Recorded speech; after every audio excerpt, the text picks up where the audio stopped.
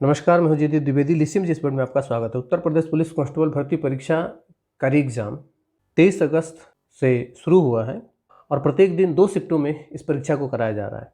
और मेरे द्वारा इस परीक्षा में प्रत्येक शिफ्ट के पेपर में जीएस और जीके के आए हुए सवालों का सबसे सटीक और सही विश्लेषण दिया जा रहा है।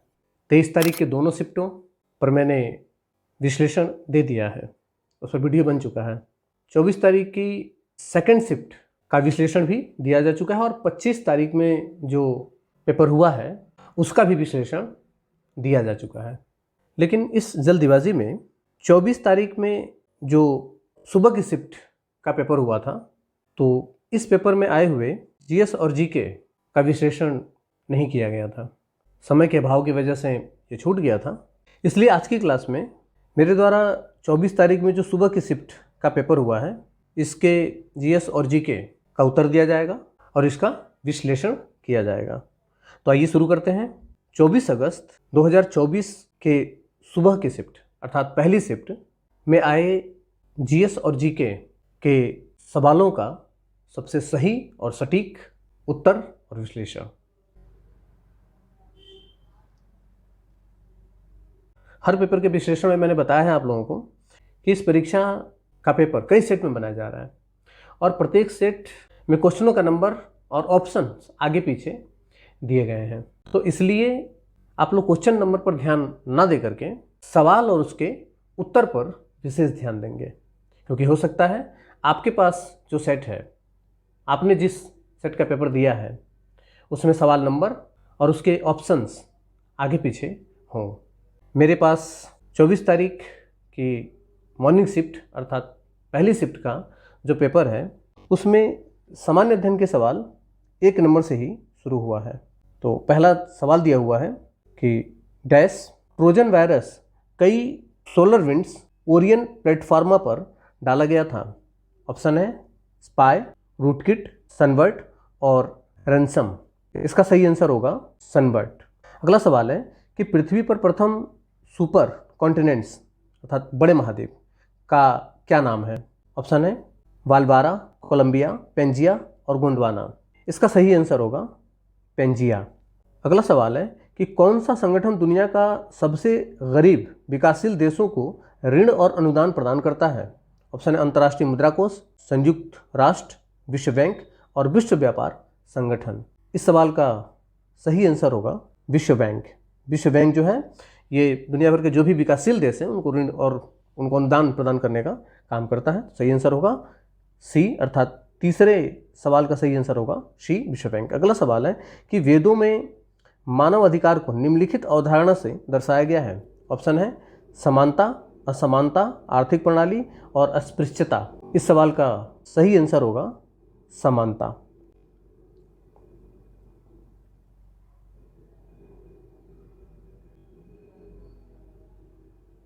पांचवा नंबर सवाल दिया हुआ है कि हर वर्ष किस दिन विश्व कला दिवस के रूप में मनाया जाता है। ऑप्शन है 15 अप्रैल, 16 अप्रैल, 14 अप्रैल और 13 अप्रैल। इस सवाल का सही आंसर होगा 15 अप्रैल। 15 अप्रैल को कला दिवस मनाया जाता है। तो पांचवें नंबर सवाल का सही आंसर होगा ए, 15 अप्रैल। अगला सवाल है कि भारतीय संविधान का अनुच्छेद 352 मुख्य रूप से संबंधित है।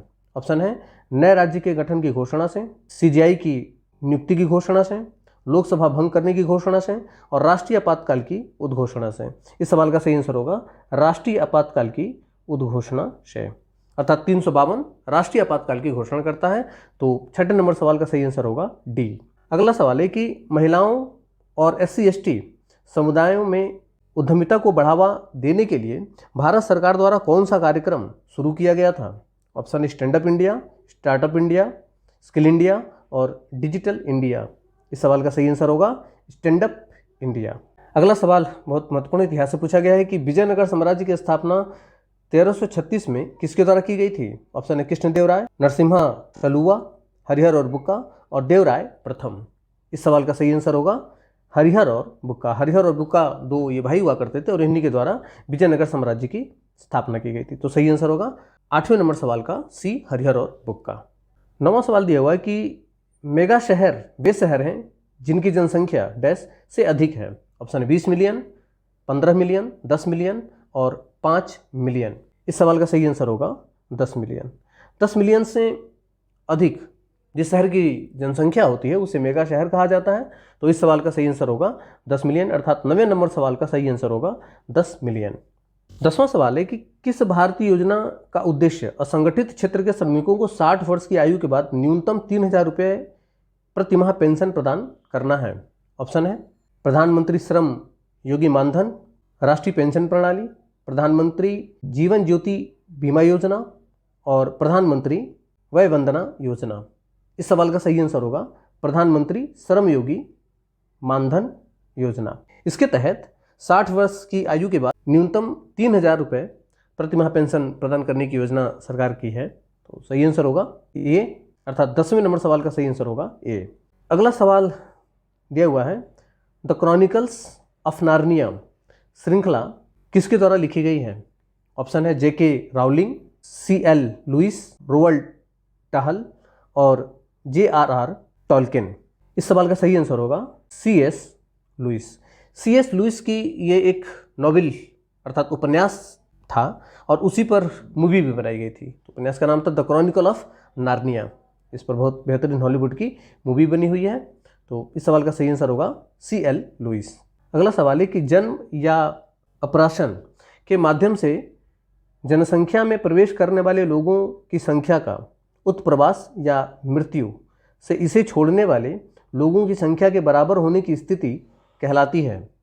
ऑप्शन है ऋणात्मक जनसंख्या वृद्धि, तेजी से जनसंख्या वृद्धि, शून्य जनसंख्या वृद्धि और धनात्मक जनसंख्या वृद्धि। तो इस सवाल का सही आंसर होगा शून्य जनसंख्या वृद्धि, क्योंकि इसमें जितने लोगों की मृत्यु हो रही है उतने ही लोग आ भी रहे हैं, तो जनसंख्या में कोई वृद्धि यहाँ पर नहीं दिखाई देगा। तो इस सवाल का सही आंसर होगा शून्य जनसंख्या वृद्धि, अर्थात 12 नंबर क्वेश्चन का सही आंसर होगा C। 13वां सवाल दिया हुआ है कि भारतीय तकनीकी और आर्थिक सहयोग कार्यक्रम का उद्देश्य क्या है। ऑप्शन है वित्तीय बाजारों का विनियमन करना, सैन्य सहयोग बढ़ाना, सांस्कृतिक आदान प्रदान को बढ़ावा देना, तकनीकी सहायता एवं प्रशिक्षण प्रदान करना। इसका सही आंसर होगा तकनीकी सहायता एवं प्रशिक्षण प्रदान करना, अर्थात 13 नंबर सवाल का सही आंसर होगा D, तकनीकी सहायता एवं प्रशिक्षण प्रदान करना। अगला सवाल है कि भारत के GST मॉडल में संरचनाओं की संख्या है। ऑप्शन है 4, 5, 6 और 3। इस सवाल का सही आंसर होगा 4, अर्थात GST का जो मॉडल है उसमें 4 प्रकार के टैक्सेस की व्यवस्था की गई है, 5%, 12%, 18% और 28%। इस तरह से 4 स्लैब में इसको बांटा गया है। तो इस सवाल का सही आंसर होगा 4। अगला सवाल है कि WTO के वर्तमान महानिदेशक कौन है। WTO वर्ल्ड ट्रेड ऑर्गेनाइजेशन, इसके महानिदेशक पूछा गया है। तो ऑप्शन है Claudia Goldin, Hernando de Soto, Ngozi Okonjo Iweala और एरिक बेटिंगर। इस सवाल का सही आंसर होगा इवेला, अर्थात नोगोंजी ओकोंजी इवेला। ये इस समय WTO के महानिदेशक हैं। अगला सवाल है कि प्रसिद्ध उपन्यास द गॉड फादर किसके द्वारा लिखा गया था। ऑप्शन है Mario Puzo, John Milton, Victor Hugo और हेराल्ड रॉबिन्स। इस सवाल का सही आंसर होगा मारियो पुजो। मारियो पुजो का उपन्यास है द गॉड फादर। अगला सवाल है पेन का पूर्ण रूप क्या है। ऑप्शन है private account number, personal account name, permanent account number और पर्सनल अकाउंट नंबर। इसका सही आंसर होगा permanent account number. PAN card जो आपका बनता है उसका फुल फॉर्म होता है परमानेंट अकाउंट नंबर। ये एक प्रकार का परमानेंट अकाउंट नंबर होता है। तो 17 नंबर सवाल का सही आंसर होगा C, परमानेंट अकाउंट नंबर। 18वां सवाल दिया हुआ है कि पृथ्वी की जलवायु प्रणाली के लिए ऊर्जा का प्राथमिक स्रोत है। ऑप्शन है सूर्य, महासागरीय लहरें, भूतापीय ऊर्जा और परमाणु ऊर्जा। इसका सही आंसर होगा सूर्य। काफ़ी आसान सा सवाल है। अगला सवाल है कि भारत के वित्तीय आपातकाल घोषित करने का अधिकार किसके पास होता है। ऑप्शन है राष्ट्रपति, संसद, प्रधानमंत्री और वित्त मंत्री। सही आंसर होगा राष्ट्रपति। सभी प्रकार के आपातकाल तीनों राष्ट्रपति के द्वारा ही घोषित किया जाता है। तो 19 का सही आंसर होगा A। अगला सवाल है कि फेसबुक ग्राहक का सबसे महत्वपूर्ण सोशल मीडिया मार्केटिंग टूल में से एक डैश के माध्यम से विशेष ऑफर और ऑन डिमांड प्रमोशन के बारे में पता लगा सकते हैं। ऑप्शन है पोस्ट प्लानर, चैटी पीपुल, अगोरा प्लस और सोशल ओम्फ। इसका सही आंसर होगा चैटी पीपुल। अगला सवाल निम्नलिखित में से कौन सी बांग्लादेश की राजधानी है। ऑप्शन है खुलना, राजशाही, ढाका और सिलहट, इसका सही आंसर होगा ढाका। ये तो काफ़ी आसान सा सवाल है, मुझे उम्मीद है कि आप सभी को ये पता भी होगा। तो सही आंसर होगा ढाका। 22वां नंबर सवाल दिया हुआ है कि हर वर्ष किस दिन अंतर्राष्ट्रीय निशस्त्रीकरण एवं प्रसार जागरूकता दिवस के रूप में मनाया जाता है। ऑप्शन है 5 मार्च, 7 मार्च, 4 मार्च और 6 मार्च। इसका सही आंसर होगा 5 मार्च। 5 मार्च को अंतर्राष्ट्रीय निशस्त्रीकरण और प्रसार जागरूकता दिवस मनाया जाता है। तो 22 नंबर क्वेश्चन का सही आंसर होगा ए। अगला सवाल है कि हाल ही में किस भारतीय हवाई अड्डे को यूनेस्को के 2023 प्रिक्स वर्सेल्स में मान्यता मिली। ऑप्शन है इंदिरा गांधी अंतर्राष्ट्रीय हवाई अड्डा, सरदार वल्लभ भाई पटेल अंतर्राष्ट्रीय हवाई अड्डा, केम्पेगौड़ा अंतर्राष्ट्रीय हवाई अड्डा और छत्रपति शिवाजी महाराज अंतर्राष्ट्रीय हवाई अड्डा। इस सवाल का सही आंसर होगा केम्पेगौड़ा हवाई अड्डा। अगला सवाल है human rights and unhuman wrongs पुस्तक के लेखक कौन है। ऑप्शन है उपेंद्र बख्शी, सोली जे सोराबजी, वी.आर. कृष्ण अय्यर और चिरंजीवी निर्मल। इस सवाल का सही आंसर होगा वी.आर. कृष्ण अय्यर। वी.आर. कृष्ण अय्यर की किताब है human rights and unhuman wrongs. तो 24 नंबर सवाल का सही आंसर होगा सी। अगला सवाल है कि कौन सा अंतर्राष्ट्रीय समझौता ओजोन परत के क्षरण के लिए जिम्मेदार अनेक पदार्थों के उत्पादन को चरणबद्ध तरीके से समाप्त करके ओजोन परत के संरक्षण करने पर केंद्रित है। ऑप्शन है Kyoto protocol, Geneva convention, Paris समझौता और मॉन्ट्रियल प्रोटोकॉल। इस सवाल का सही आंसर होगा मॉन्ट्रियल प्रोटोकॉल। 26वां सवाल काफ़ी आसान सवाल पूछा गया है। दिल्ली का पहला सुल्तान कौन था। ऑप्शन है इल्तुतमिश, अलाउद्दीन खिलजी, कुतुबुद्दीन ऐबक और बलबन। इसका सही आंसर होगा कुतुबुद्दीन ऐबक। 1206 से लेकर के 1210 का इसका शासनकाल रहा था और इसने दिल्ली में गुलाम वंश की स्थापना की थी। दिल्ली का पहला सुल्तान जो था कुतुबुद्दीन ऐबक था। सही आंसर होगा कुतुबुद्दीन ऐबक। अगला सवाल है कि नाइट्रोजन की खोज किसने की थी। ये भी काफ़ी आसान सा सवाल है। ऑप्शन है Benjamin Franklin, Carl Brens, Daniel Rutherford और रिचर्ड गैडलिंग। इसका सही आंसर होगा डेनियल रदरफोर्ड। इसे भी आप लोग शुरू से ही अर्थात हाई स्कूल से ही पढ़ते हुए आए होंगे, ये पता होगा कि डेनियल रदरफोर्ड ने नाइट्रोजन की खोज की थी। सही आंसर होगा डेनियल रदरफोर्ड। अगला सवाल दिया है कि निम्नलिखित में से कौन सा जीएसटी सामान्य पोर्टल है। ऑप्शन है www.gst.gov यानी गवर्नमेंट.in, www.gst.in, www.gst.com, www.government.in। इसका सही आंसर होगा www.gst.government.in अर्थात 28 नंबर सवाल का सही आंसर होगा ए। अगला सवाल किस पर्वत को ब्लू माउंटेन कहा जाता है। ऑप्शन है नीलगिरी, माउंट एवरेस्ट, हिमालय और फुंजी पर्वत। इसका सही आंसर होगा नीलगिरी। नीलगिरी को ब्लू माउंटेन कहा जाता है। अगला सवाल है कि व्यापार घाटे से क्या अभिप्राय है। ऑप्शन है जब किसी देश के निर्यात उसके आयात से अधिक हो जाता है, जब किसी देश में कोई व्यापार नहीं होता, जब किसी देश के आयात उसके निर्यात से अधिक हो जाता है, जब किसी देश का व्यापार संतुलित होता है। इस सवाल का सही आंसर होगा जब किसी देश का आयात उसके निर्यात से अधिक हो जाता है तो ऐसी स्थिति में व्यापार घाटा हो जाता है। इस स्थिति को व्यापार घाटा कहा जाता है। अर्थात 30वें नंबर सवाल का सही आंसर होगा सी। अगला सवाल है कि उत्तर प्रदेश में कुश्ती के पारंपरिक रूप का नाम बताइए जिसमें कुश्तीबाज विशेष रूप से तैयार मिट्टी के गड्ढे में अभ्यास करते हैं जिसे आखड़ा कहा जाता है। ऑप्शन है मलखम, सिलखम, कबड्डी और कुश्ती या पहलवानी। इसका सही आंसर होगा कुश्ती या पहलवानी। कॉमन सेंस पर आधारित सवाल है ये। कुश्तीबाजी जो होती है वो अखाड़े में ही किया जाता है तो इसी को कुश्ती या पहलवानी कहा जाता है। तो 31 नंबर सवाल का सही आंसर होगा डी। अगला अर्थात 32वां सवाल दिया हुआ कि किस संस्था ने रेत और धूल तूफान कृषि में शमन, अनुकूलन, नीति और जोखिम प्रबंधन उपायों के लिए एक गाइड निर्देश से रिपोर्ट जारी की। ऑप्शन है यूएनईपी, यूनेस्को, एफएओ और विश्व बैंक। इसका सही आंसर होगा एफएओ। अगला सवाल है कि पृथ्वी का एल्बिडो काफ़ी हद तक किससे प्रभावित होता है।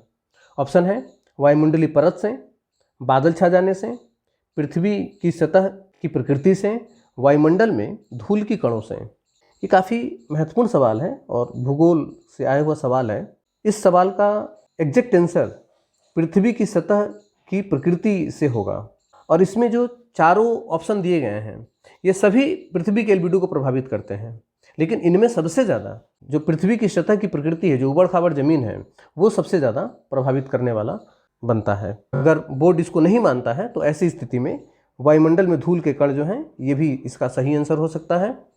वैसे मेरे हिसाब से इस सवाल का सबसे सही आंसर सी होना चाहिए। तो 33 नंबर क्वेश्चन का सही आंसर है सी। अगला सवाल है कि डीएनए की संरचना किसके द्वारा खोजी गई थी। बहुत ही महत्वपूर्ण सवाल है, हाई स्कूल से आप इसे पढ़ते हुए आए होंगे। ऑप्शन है कि रोजालिंग ऑप्शन है रोजालिंग फ्रैंकलिन, जेम्स वाटसन और फ्रांसिस क्रिक, ग्रेटर मेंडल और चार्ल्स डार्विन। इस सवाल का सही आंसर होगा जेम्स वाटसन और फ्रांसिस क्रिक के द्वारा डीएनए की संरचना की खोज की गई थी, तो इसका सही आंसर होगा बी।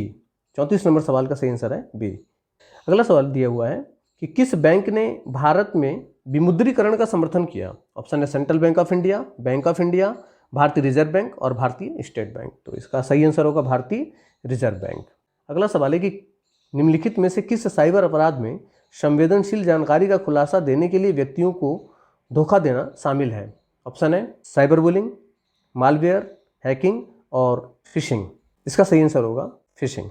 अगला सवाल है कि साहित्य में नोबेल पुरस्कार प्राप्त करने वाले पहले भारतीय डैश थे। ऑप्शन है CV Raman, Sarojini Naidu, mother Teresa और रविंद्रनाथ टैगोर। इस सवाल का सही आंसर होगा रविंद्रनाथ टैगोर। रविंद्रनाथ टैगोर साहित्य में नोबेल पुरस्कार प्राप्त करने वाले पहले भारतीय थे, तो इस सवाल का सही आंसर होगा रविंद्रनाथ टैगोर जी। इसका अगला और अंतिम सवाल 38वां सवाल है, पूछा गया कि जर्मनी की राजधानी कौन सी है।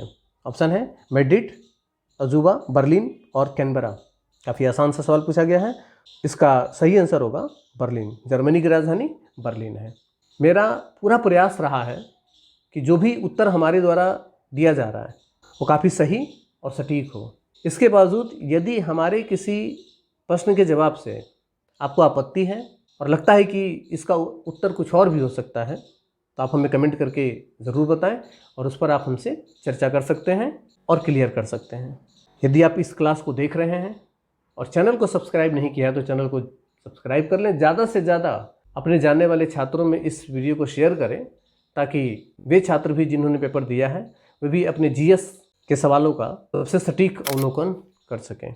मिलते हैं अगले शिफ्ट के पेपर में आए जीएस और जीके के सवालों के सबसे सटीक और सही विश्लेषण के साथ। तब तक के लिए नमस्कार, धन्यवाद, जय हिंद।